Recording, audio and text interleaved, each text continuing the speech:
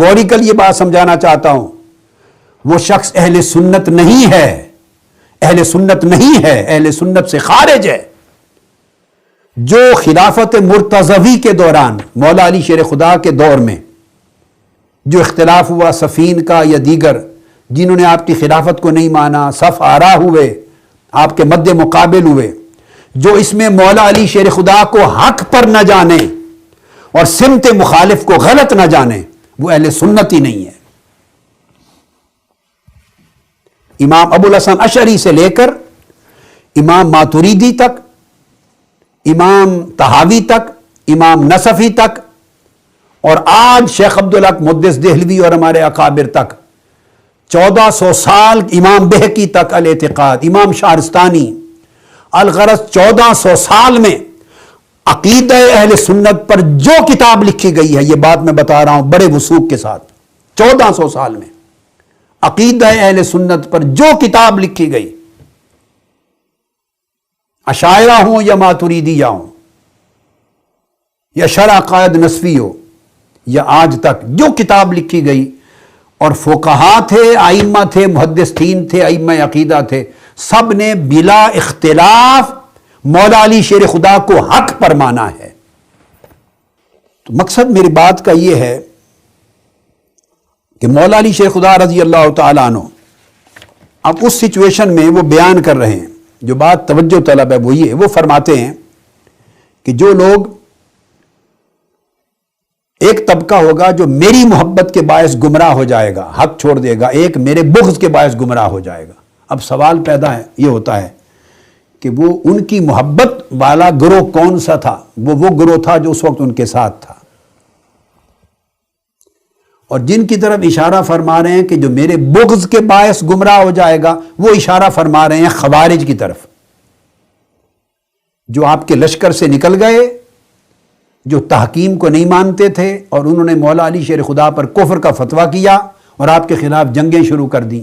یہ نہج البلاغہ کے خطبے کے عنوان میں بھی خوارجین کا ذکر آیا ہے، اس خطبے کے ٹائٹل میں بھی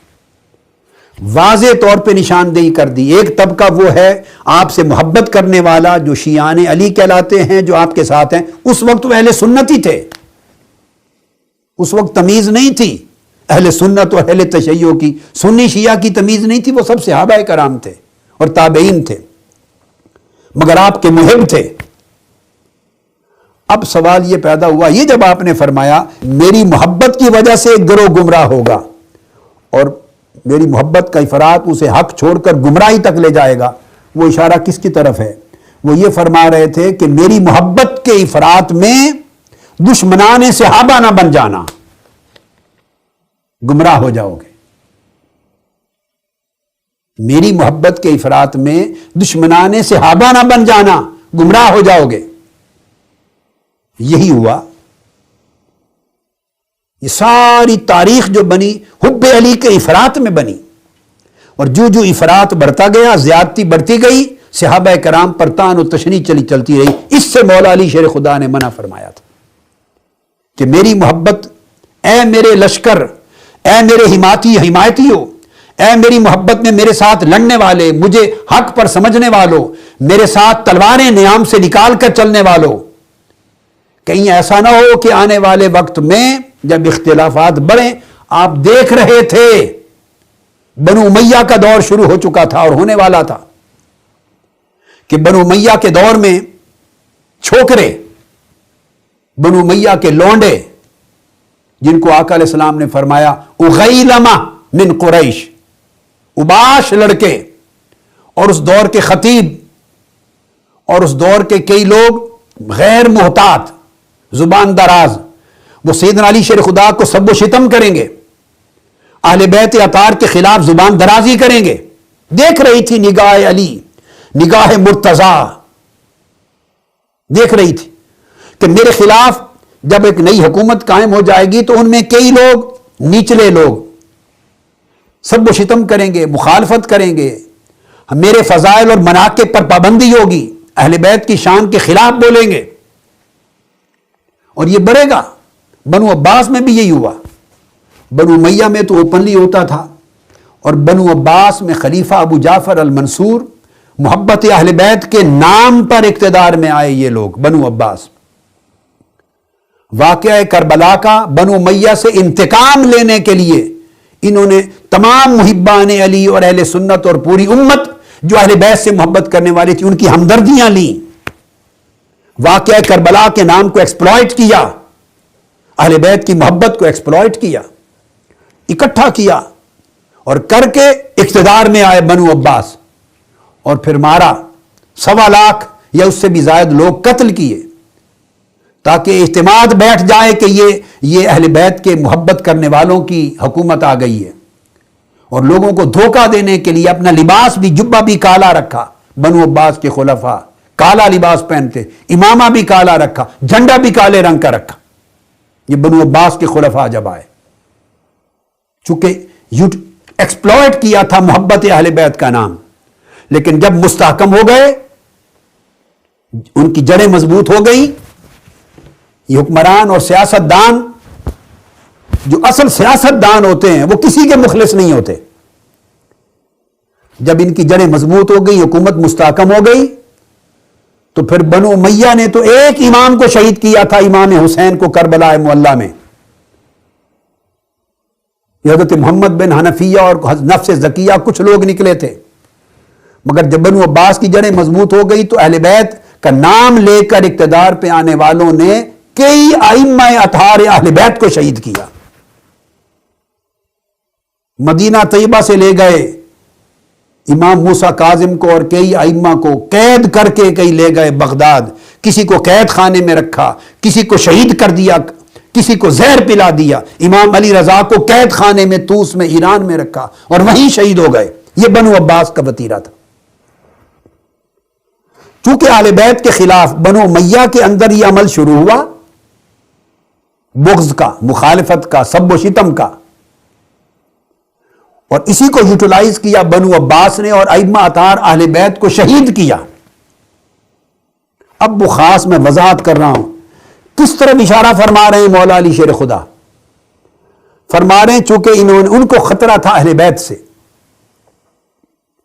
چونکہ خلافت امام حسن مجتبی نے مصالحت کی تھی حضرت امیر معاویہ سے، اور اس مصالحت کے تحت خلافت پھر واپس امام حسن مجتبی کو جانی تھی، نہ ہو سکا. یزید لعین کی جانشینی ہو گئی، کسی کو خبر نہ تھی، اور حضرت امیر معاویہ تصور بھی نہیں کر سکتے تھے چشم خیال میں کہ یہ بدبخت اتنا بدبخت ہوگا کہ واقعہ کربلا تک جا پہنچے گا. وہ فاسق تھا، فاجر تھا، شرابی تھا، بدکار تھا، ساری خرابیاں ضرور تھیں، مگر یہ تصور کوئی نہیں کر سکتا تھا کہ نوبت یہاں تک آئے گی کہ امام حسین اور اہل بیت اطہار کو شہید کر کے کربلا میں ان کے مقدس سر نیزوں پر اٹھائے جائیں گے سروں کو. اتنا بدبخت یہاں تک پہنچے گا، ان کی شہادت سے، ان کے خون سے بھی اپنا منہ رنگنے سے باز نہیں آئے گا. یہ تصور کوئی نہیں کر سکتا تھا. انہوں نے منع بھی کیا تھا ان سے تعرض نہ کرنا، ان کے ساتھ سخت رویہ اختیار نہ کرنا، مگر وہ بدبخت، فاسق، منحرف، نافرمان ہر ایک کا نافرمان تھا. چونکہ اتنا بڑا واقعہ پیش آیا تو کہ رد عمل ہوا، اہل بیت کی محبت اور دلوں میں بڑھی اور رد عمل ہوا. پھر بنو عباس میں ائمہ اطہار شہید ہوتے گئے، رد عمل بڑھتا گیا. اس رد عمل کی طرف اشارہ کر رہے ہیں مولا علی شیر خدا کہ دیکھو اہل بیت اطہار پر مظالم ہوں گے، جبر ہوگا، وہ قید ہوں گے، شہید کیے جائیں گے، جلا وطن کیے جائیں گے، بڑا ظلم ہوگا، مگر تم میری محبت کی وجہ سے افراط کا شکار ہو کر کہیں ان مظالم کی بنیاد پر ایسے رد عمل میں نہ چلے جانا کہ تم اصل ظالموں کی گرفت کرنے کی بجائے صحابہ کرام پر زبانیں کھولنے لگ جاؤ اور خلفائے راشدین پر زبانیں کھولنے لگ جاؤ اور وہاں تک جا پہنچو جو آقا علیہ السلام کے محبوب تھے، مقرب تھے، جو حضور علیہ السلام کے جانثار تھے، جو تاجدار کائنات کے سچے وفادار تھے، جو میرے بھائی تھے، ہم نے مل کے زندگیاں گزاری تھی، ہجرت کی تھی، جہاد کیے تھے، تن من دھن لٹائے تھے، کہیں ان پر تمہاری زبانیں نہ کھل جائیں. کہ ان کی گستاخی نہ کرنے لگو، ان پر تان نہ کرو، ان پر سب و ستم نہ کرو، خلفائے راشدین تمہارا ٹارگٹ نہ بن جائیں۔ وہ اشارہ یہ کر رہے تھے کہ دیکھ رہے تھے نگاہ سے کہ کیا کچھ ہونے والا ہے بعد ازاں، مگر کہیں اس کے رد عمل میں، ریئیکشن میں، ریونجفل ہو کر تم اس کے رد عمل میں افراط، حد سے نہ بڑھ جانا۔ اور حد سے بڑھنے کا مطلب ہے وہ جو اس پورے معاملے میں ذمہ دار اور قصوروار نہیں ہوں گے، وہ اجل صحابہ کرام اور خلفائے راشدین، کہیں ان کی گستاخی کی طرف نہ آ جانا، ان پر تہمتیں نہ لگا دینا اور تمہاری زبانیں ان کی تہمتوں کے لیے نہ کھل جائیں، یہ فرما رہے تھے۔ اور دوسری طرف فرمایا خارجیو، کیونکہ خوارج کی طرف دوسرا خطاب ہے، تم یاد رکھو میرا بغض تو تم نے اپنا شیوا اور وتیرہ بنا لیا ہے، مگر کہیں ایسا نہ ہو کہ یہ بغض، میرا بغض، تمہیں رسول پاک صلی اللہ علیہ وسلم کی پوری اہل بیت کے ساتھ دشمنی اور عداوت پر نہ اکسا دے، اور یہ بغض پورا بغض اہل بیت میں نہ بدل جائے۔ اگر بغض اہل بیت ہو گیا تب بھی گمراہ ہو جاؤ گے، اور اگر تمہارے دلوں میں بغض صحابہ کے بیچ